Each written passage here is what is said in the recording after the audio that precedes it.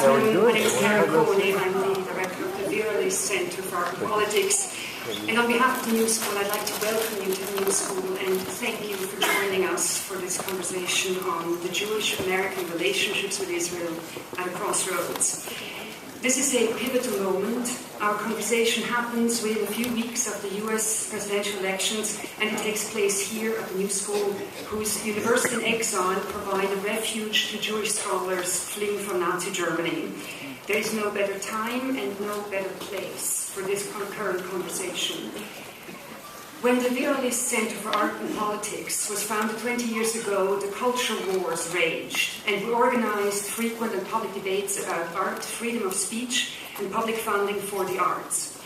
I propose that today, when we turn to art, we see an even more diversified spectrum of issues that artists are invested in.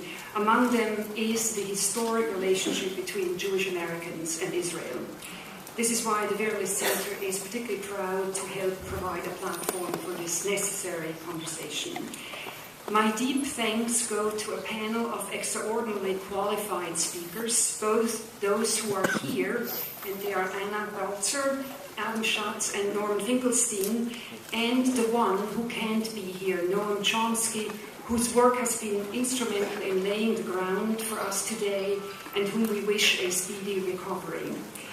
I'd also like to thank my colleagues at the New School, Laura Auricchio, Chair of Humanities, and Laura Stoller in the Department of Anthropology, both of whom are sponsors of the program, Pamela Tillis, Director of Public Programs, Sam Biederman, Communications and External Affairs, Tom Elicito, Director of Security, Mark Fitzpatrick, Director of Media Studies, and Annie Shaw at the Viralist Centre for Art and Politics. I'd also like to thank our books partners in this event, particularly Colin Robinson and Fern Diaz.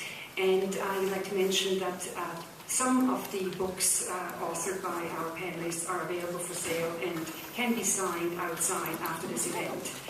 A couple of words on the procedure.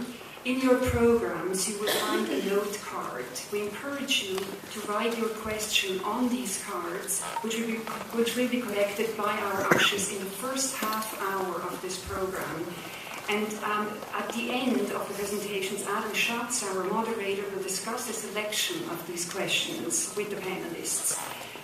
Before Adam introduces the panelists, let me introduce him.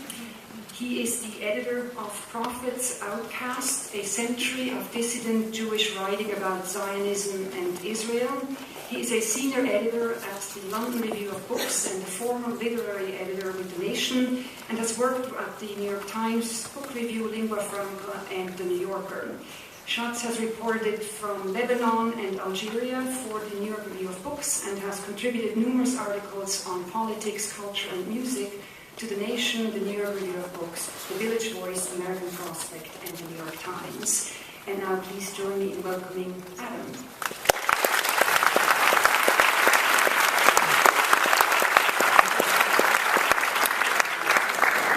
Thank you very much, Karen, for that lovely introduction. I want to thank Karen Coney of the Viralist Centre, and also Colin Robinson and John Oakes of OR Books.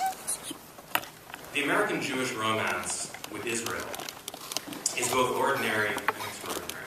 American Jewish concern over Israel isn't so very different from the long-distance nationalism of Cuban Americans, Irish Americans, Indian Americans, and indeed Palestinian Americans who live physically in the States, but virtually or vicariously over there.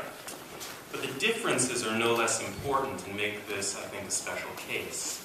For one thing, very few American Jews are of Israeli origin. Israel has always been, in some sense, a projection screen for American Jews, a phantasmagorical region of the mind as much as an actual country. Another more salient distinction is the exceptional position that Israel occupies in American foreign policy. Israel is America's closest ally in the region, apart from Saudi Arabia. In spite of its small population, the Jewish state is by a considerable margin the biggest recipient of U.S. aid, $3 billion annually. Israel is also an occupying power. Born of a war in which 2/3 of the indigenous population was driven from their land, Israel went on to expand its borders still further in 1967, when it conquered the West Bank and East Jerusalem, the Gaza Strip, and the Golan Heights. Today there are 500,000 Jewish settlers in the occupied territories who enjoy all manner of state subsidies and privileges, while Palestinians under occupation suffer indignities and humiliations too numerous to mention. The situation is not that much better for Palestinian citizens in Israel, who are increasingly treated as a fifth column despite their loyalty to a state that has shown them little affection over the years. Israel's occupation is the longest in modern history, and the Israeli government appears to be in no hurry to end it, particularly if it can change the topic to Iran's nuclear program or the threat of Islamism. Unconditional support for Israel is not the only reason the United States is viewed with suspicion and hostility in much of the Arab and Muslim world, but it is certainly one of the reasons, and a very big one. So the American-Jewish relationship with Israel is of considerable geopolitical significance, and one does not have to buy into specious and indeed anti-Semitic notions of Jewish power to see that American Jews have played an important role in establishing the parameters of discussion of what can and cannot be said on this subject, and arguably in shaping America's policy in the region. The best-known example of such influence is the so-called Israel lobby, which has been an unconditional supporter of the settlement enterprise and of Israel's many wars. And now that lobby is very hard at work, stirring up panic about the Iranian nuclear program. The lobby does not speak for most American Jews, but it has been successful in bullying its critics, to the point where it has convinced many, if not most people, that we stand united behind Israel, right or wrong. So much for the joke that if you get two Jews in the room, you have three opinions. The idea of unanimous and unconditional Jewish support for Israel has always been a myth. As Norman Finkelstein, one of our panelists, points out in his new book, Knowing Too Much, the American Jewish romance with Israel was fostered by the 1967 war, when Israel became a key U.S. ally, and by the emergence of Holocaust memory. It is a product, in other words, of politics and history, not of something primordial and static. And some of the most eloquent critics of Israeli policy, and indeed of Zionism itself, have been Jews, such as Henry Siegman, Tony Judd, our distinguished guests, not to mention Hannah Arendt and I.F. Stone. This is by no means an accident. The fit between Israel and American Jews, with their strong traditions of liberalism and universalist ethics, was never a natural one. Jewish liberal supporters of Israel had to look past or deny its unappetizing human rights record. But that has become much harder and harder to do. Norman Finkelstein argues in his new book that American Jews simply know too much now, and that in the battle for American Jewish hearts and minds, liberalism is winning out over Zionism. Norman has been making this argument for some time, but it is now being echoed in a different key by establishment figures like Peter Beinart, Roger Cohen, and Holger Groen's Thomas Friedman. Is this the end of the romance? I'm not sure. Support for Israel has long been one of the three walls of what the French Jewish writer Jean Daniel has called the Jewish prison, the others being Holocaust memory and the idea of being the chosen people. But there's no doubt that we are seeing an important and very encouraging explosion of debate among Jews around the question of Israel, which is, of course, also the question of Palestine. For there is, for all intents and purposes, only one real state from the Jordan River to the Mediterranean. The work of activist groups like Jewish Voice for Peace and of websites like Mondo Weiss and Open Zion have been very effective in demonstrating that Jews do not speak with one voice on the Middle East. And what I think is particularly exciting is that a growing number of young Jewish Americans on college campuses are joining forces with Palestinians and Arab Americans. They understand that the fate of Israel and Palestine can't just be a conversation among Jews. I don't want to strike too optimistic a note. We may be seeing not so much the end of the romance as a growing diversification of American Jewish opinion. But after years of enforced conformity, it is a very welcome development, and it may yet create the conditions for new alliances and for a more concerted campaign against the occupation. It's my honor to introduce two speakers who have devoted themselves to the cause of peace and justice in Israel-Palestine. Speaking out on this issue has never been easy, and has more often than not been a thankless task. It requires courage, even fearlessness, a willingness to make enemies, and to endure all manner of insult, including the chiefest and most obvious, the charge of anti-Semitism or self-hatred, which effectively amounts to excommunication. Norman Finkelstein, the son of parents who survived the Warsaw Ghetto, is a political scientist and the author of numerous books, including Image and Reality of the Israel-Palestine Conflict, and his recently published Knowing Too Much, which has provided us with the topic of today's discussion. He first came to prominence in the 1980s with his devastating critique of Joan Peters' widely praised From Time Immemorial.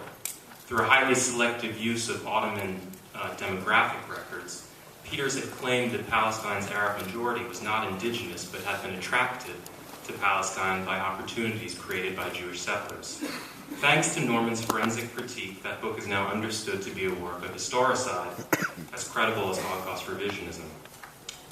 At a time when dissent on Israel was rare and harshly punished, Norman was willing to say what others did not dare to, and he has paid a heavy price, but he has continued to speak his mind and made it easier for others to do so. He and I have had our differences, mostly about matters of tone rather than substance, but I've always had deep respect for his work on Palestine, and I want to pay tribute here to his courage, to his commitment, and to the ethical vision that I believe underlies his work.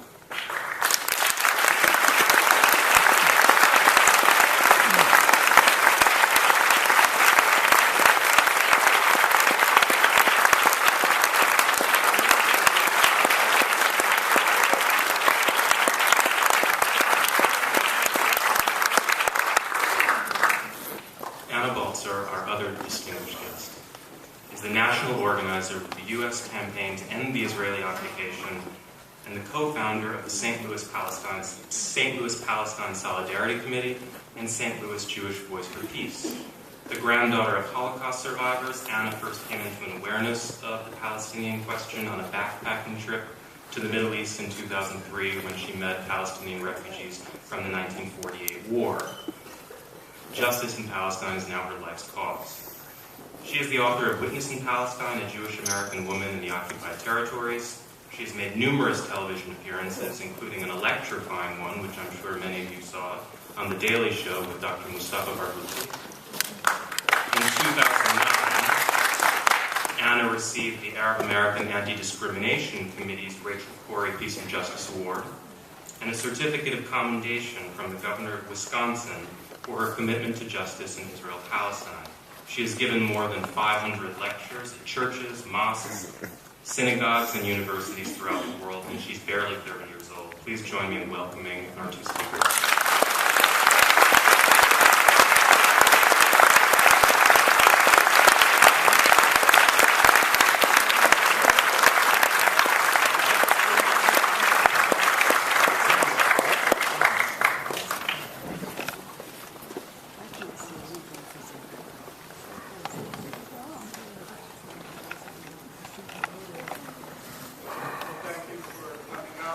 Sound okay? The last row, raise your hand if you hear me clearly. Okay, thank you. Well, thank you for coming out this afternoon. I'd like to thank Adam for those very generous words. My publisher, Colin, who pretty much dreamt up this idea. His colleagues, as it's called, Fern, Crystal, and I'm not sure Courtney's here, but she's here. Well, in spirit, I want to thank her. And most of all, I want to thank Anna, for whom I have really the highest regard. I do a lot of public speaking around the country, and I always ask the question, who's been here before me, or who's coming after me? And literally, every single place I go, the answer is always Anna Bolzer. Regrettably, there are very few other names. And of course, I'm as disappointed as everybody in the room, and probably more so that Professor Chomsky didn't make it. And initially I was pretty deflated, and the thought of having to fill his shoes, I told Fern, was like Charisse trying to fill Whitney Houston's shoes. Fern was rather shocked that I knew who Charisse was. Tried to impress the younger generation.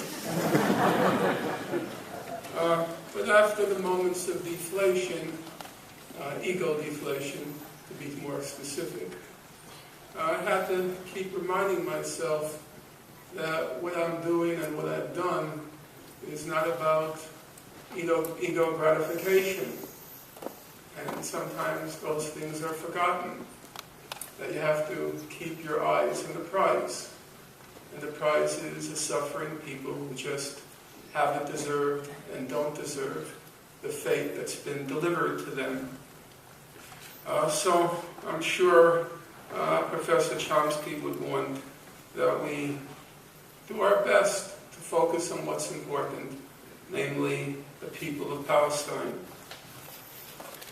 I want to start my remarks this afternoon with a simple distinction. There's an Israel lobby on the one hand, and there's a Jewish ethnic bloc on the other. The two entities, they often overlap, and the lobby's clout obviously grows out of the Jewish community's support for Israel. But they are not the same, and conflating the two creates a lot of confusion. So, if a Jewish professor at Columbia Law School writes a journal article defending the legality of Israeli settlements, it's almost certainly not because the lobby ordered or even prodded the professor, but because of the professor's personal identification with the Jewish state.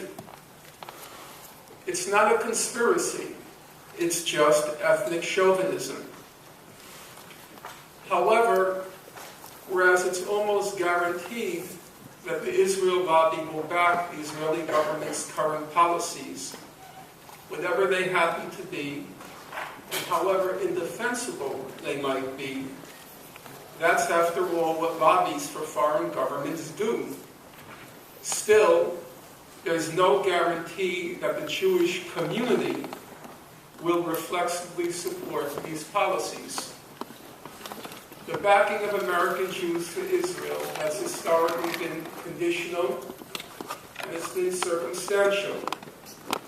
It's been shaped by three factors: ethnicity, citizenship, and ideology. Plainly, if American Jews support Israel in much higher percentages and with much greater fervor than most Americans, it's because Israel calls itself a or the Jewish state, and Jews consequently feel a sense of kinship with it.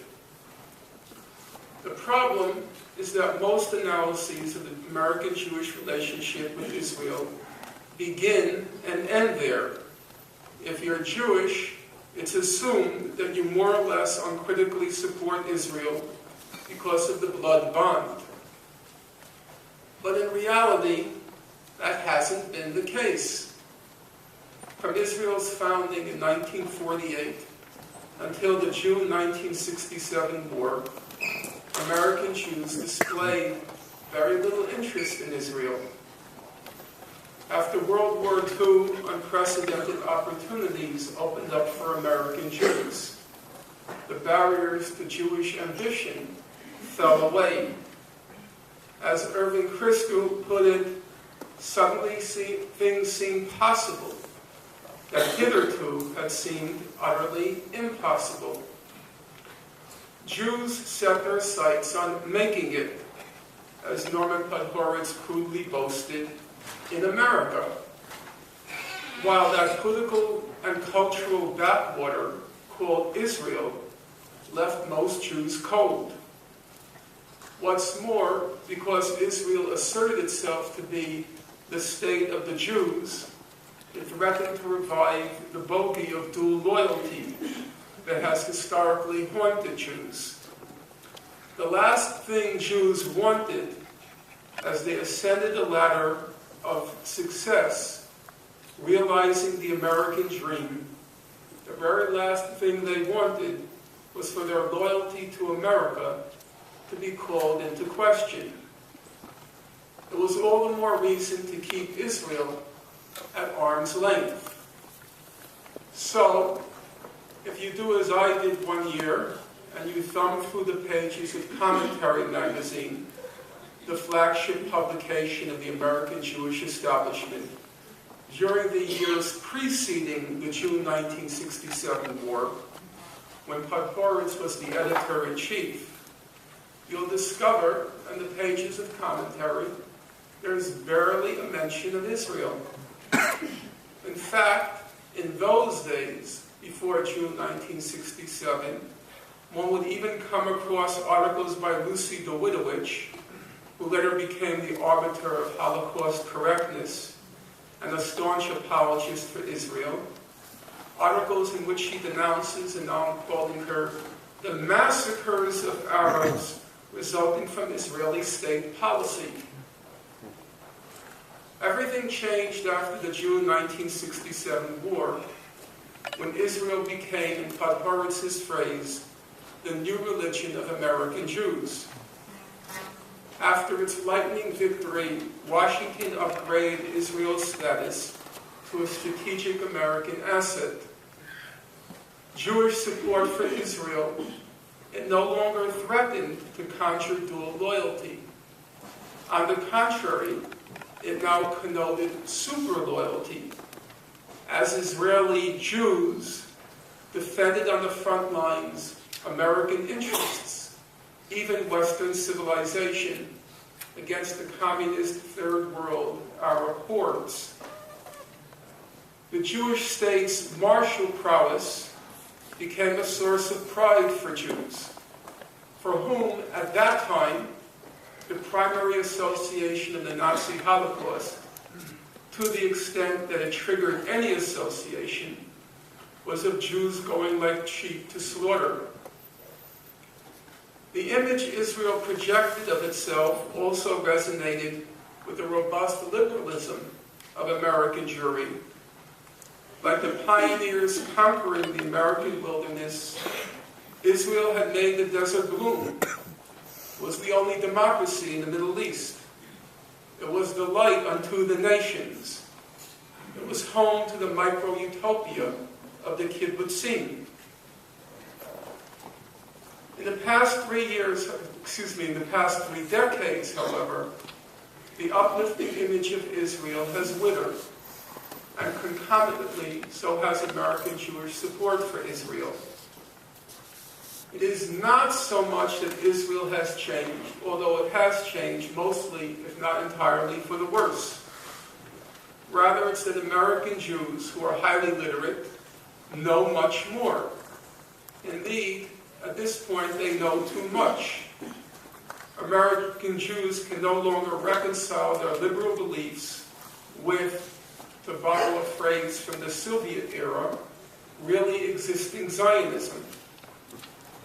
It could fairly be said until quite recently, most scholarship on Israel read like Leon Uris's Exodus with footnotes. To take one example, it was a truism that all the wars Israel fought were in self-defense. But current scholarship reveals a very different picture. In his monumental study, Defending the Holy Land, Ze'ev Ma'oz, who was formerly the head of the Jaffe Center for Strategic Studies at Tel Aviv University. It's a very large volume, and the essence of the volume, there's some original work, but the essence of the volume is, he surveys the whole gamut of mainstream scholarship on all the wars Israel has fought. And it's a very impressive, I think, scholarly achievement. But for our purposes, what's more interesting is what he concludes. So let me quote him.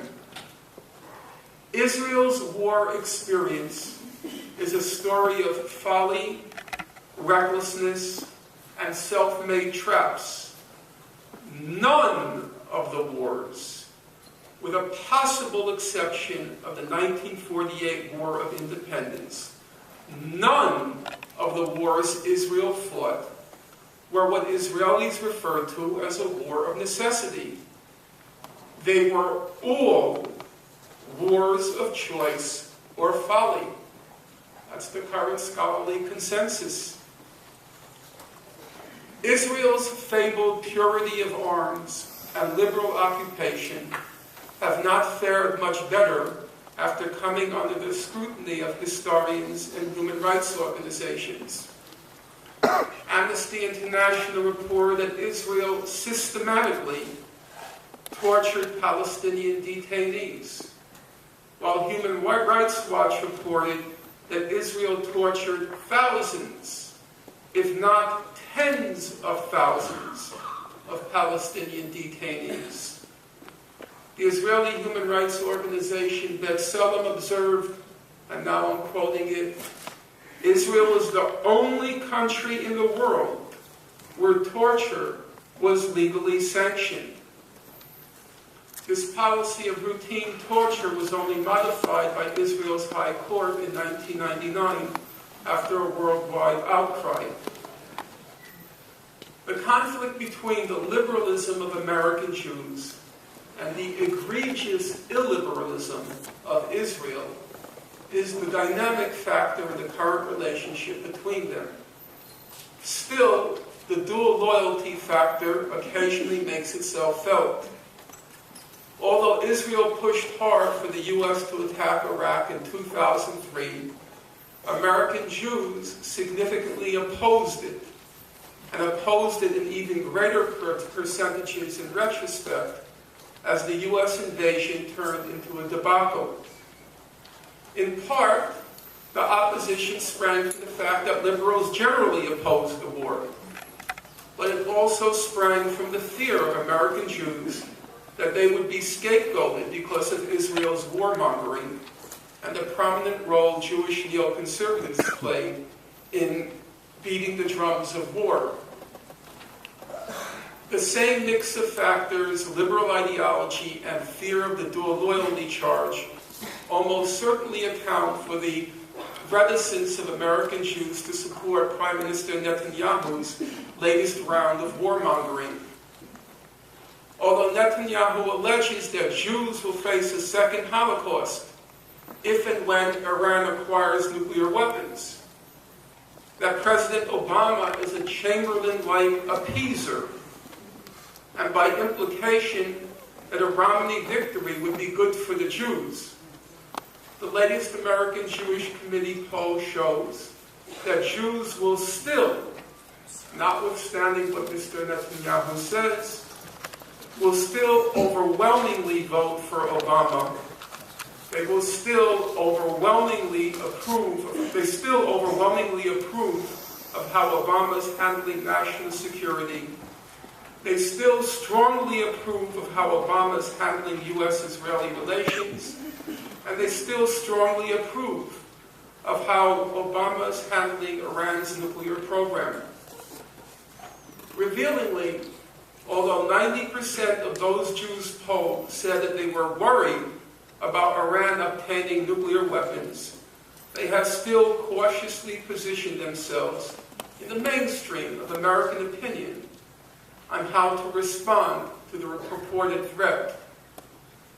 It's also telling in recent weeks that when Jews occupying leadership positions in the Democratic Party must choose between winning the spoils of a presidential election and standing behind Zion as a second Holocaust allegedly looms large. As Mr. Netanyahu puts it, Iran is 20 yards from the goal line. These Jewish power holders put their material interest here before their distant kin there. To justify his, so to speak, abandonment of the Jews of the altar of power and privilege, Zion's faithful, like our own Senator Schumer, weirdly contrived that Obama is, and now I'm quoting Mr. Schumer, Senator Schumer, far more likely than Romney to launch a military attack on Iran. It appears that Netanyahu fell victim to his own Zionist propaganda, alas, internalized by many anti-Zionists as well, that Jews not only control the United States, but also, if called upon, will automatically act at Israel's behest. But you did not come here this afternoon for a sociological survey of the American-Jewish relationship with Israel. Most of you presumably want to know about the political implications of the end of the American-Jewish romance with Israel, in particular as it bears on Israel's occupation of Palestinian lands. I would suggest two complementary conclusions. A broad consensus now exists for resolving the Israel-Palestine conflict.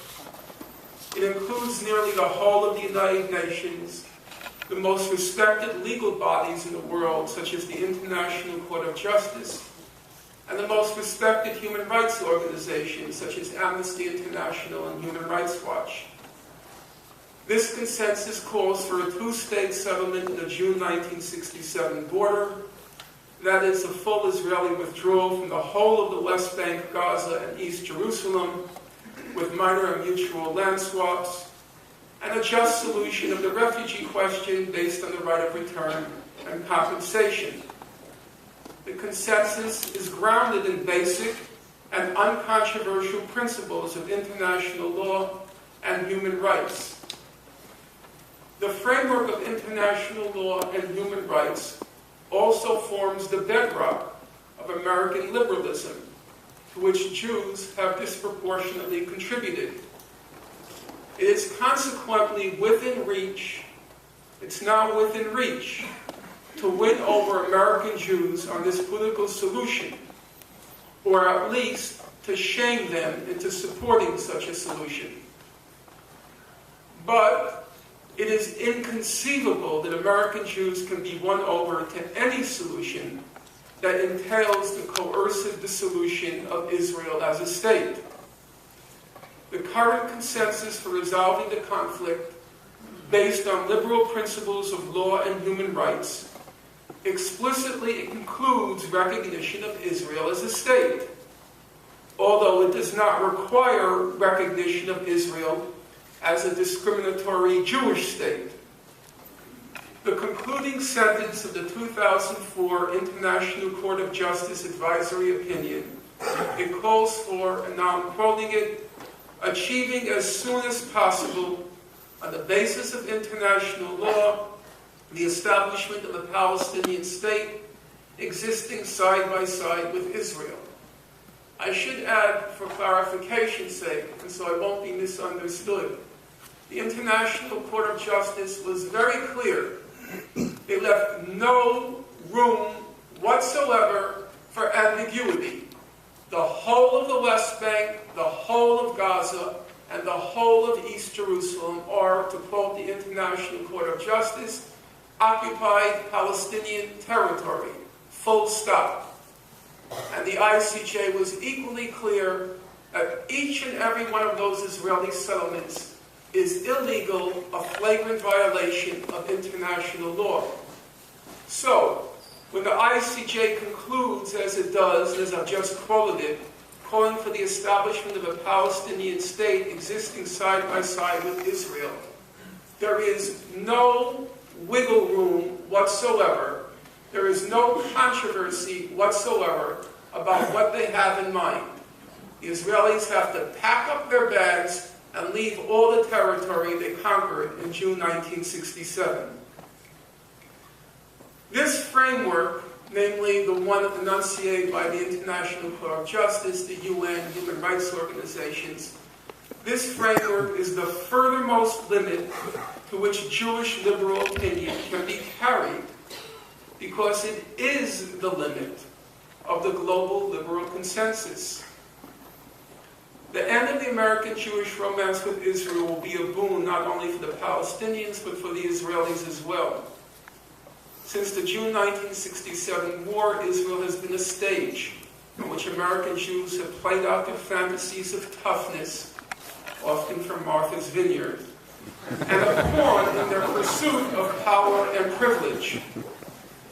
If Israel has become a crazy state, and it has, it is in no small part because of American Jews. By abetting its most retrograde tendencies and freeing it of needful restraints, they have exerted a baleful influence on Israeli society. But American Jews now have an opportunity to right a double wrong: the horror inflicted on Palestine and the damage caused to Israel. If the liberal conscience of American Jews is pricked, and finally they do the right thing, the long dark night might yet soon end. Thank you.